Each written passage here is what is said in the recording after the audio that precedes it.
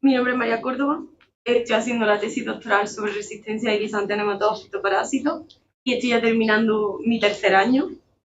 Mi tesis consiste en una colaboración entre dos departamentos, Mejora Genética Vegetal, en el que mi director es Diego Rubiales, y el de Protección de Cultivo, en el que mi director es Juan Emilio Palomares.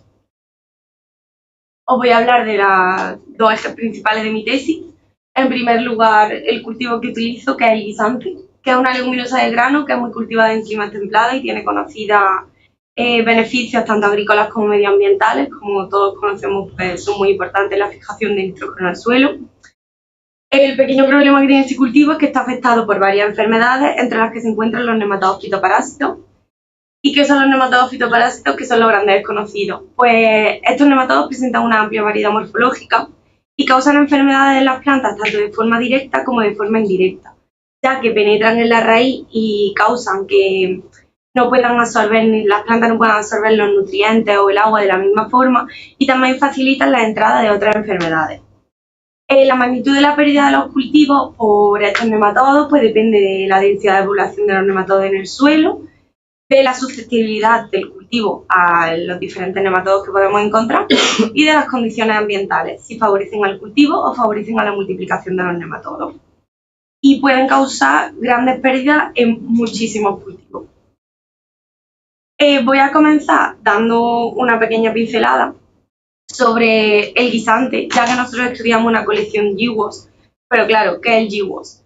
Pues GWAS viene del Genome Wide Association Study, que es estudio de asociación del genoma completo. Un GWAS lo que hace es comparar el ADN de muchas plantas que tienen una característica frente a aquellas que no la tienen. Por ejemplo, aquellas que presentan una enfermedad frente a aquellas que no la presentan. Y analiza pequeñas variaciones que son los SNPs. Estas variaciones se buscan en aquellas que son más frecuentes, la enfermedad todo el rato, en aquellas que lo presentan y que no lo presentan, y nos dice qué región del ADN está asociada al mismo. Nuestra colección de guisantes consta de 320 entradas que vienen de diversas partes del mundo y donde tenemos pues variedades silvestres, cultivares, landraces o breeding lines. Y como podéis ver, tanto en la foto de las semillas como de las flores, pues son variables.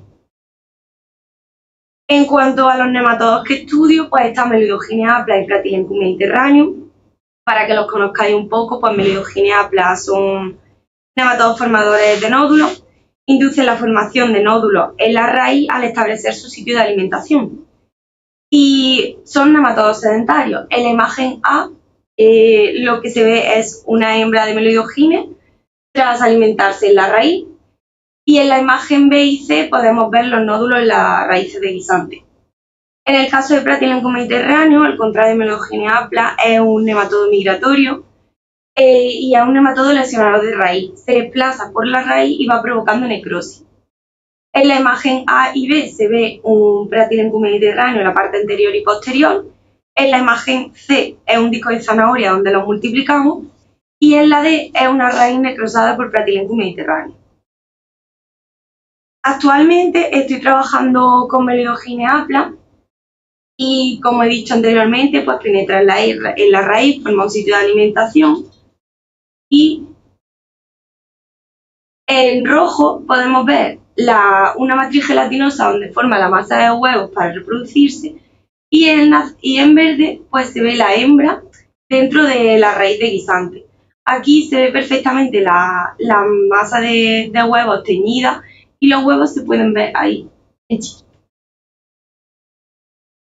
Ahora os voy a dar una pequeña pincelada sobre el trabajo que llevo desarrollando un tiempo y con el que he empezado a obtener resultados, cuyo objetivo principal es identificar y caracterizar nuevas fuentes de resistencia en el guisante para nematodos formadores de nódulos y nematodos lesionadores de raíz. En el caso del Melidogyne apla es muy importante el mantenimiento del inóculo, que nosotros lo hacemos en plantas de tomate, y es lo que estas raíces de plantas de tomate son las que se van a utilizar posteriormente para la extracción de huevos para la inoculación. Estos huevos se extraen de la raíz, se realiza un conteo y se prepara el inóculo. El caso del guisante, pues también hay que prepararlo antes de inocularlo. Para ello se pregerminan las semillas, pasados los 3 días se ponen en un semillero con turba para que la planta crezca, Pasada una semana se ponen en macetas más grandes de 0,7 litros y una vez que la raíz se ha extendido se procede a la inoculación. Se inoculan con 10.000 huevos de Melidogyne.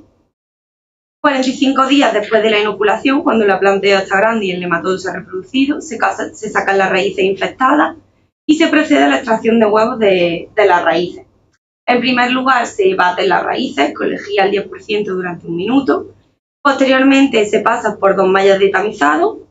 Y el último es que se realizan 2 ciclos de centrífuga por el método de Cullen y se obtiene una muestra de 100 mililitros. ¿Qué se hace con esta muestra? Pues se contean los huevos que hemos obtenido. Para ello se realizan 3 conteos en una placa de 1 mililitro. El resultado de este conteo se multiplica por 100 para saber el total de huevos que tenemos en la raíz. Y esta cantidad de huevos sirve para estudiar algunas variables como son el RF, que es el factor de reproducción, o los huevos por gramo de raíz. Y esto va a permitir saber si el nematodo se ha reproducido en mayor o menor cantidad y saber si la entrada es más o menos susceptible. Y esto nos lleva a tener la capacidad de poder encontrar un gen de resistencia. Actualmente se está evaluando la colección de yigos con Melidogyne apla y próximamente se espera poder realizarlo con Pratylencum mediterráneo, que actualmente lo estamos multiplicando. Por dar alguna pincelada, pues hemos analizado el factor de reproducción de las 135 entradas que llevamos evaluadas. El factor de reproducción es la población final, que es el conteo final de huevos, entre la población inicial, que son los 10.000 huevos inoculados. Y se ha visto pues, que si el RF es igual a 0, pues la población desaparece completamente, y si es igual a 1, pues se mantiene estable. Pero si se encuentra entre 0 y 1, la población ha disminuido respecto a la inicial, por lo que el hospedador puede ser resistente. Y si es mayor que 1, pues la población ha aumentado respecto a la inicial y el hospedador puede ser susceptible. Nosotros hemos encontrado en las entradas que llevamos evaluadas actualmente un RF entre 52,46, que es claramente muy susceptible, y el menor RF que hemos encontrado es 0,05, que pertenece a Pisum fulvum, que es una variedad silvestre un genotipo silvestre y que podría ser candidato de un gen de resistencia. Y bueno, pues espero poder contaros más el año que viene y agradecer a mis 2 grupos, porque sin ellos no hubiera sido posible realizar este trabajo, y a los proyectos que lo han financiado.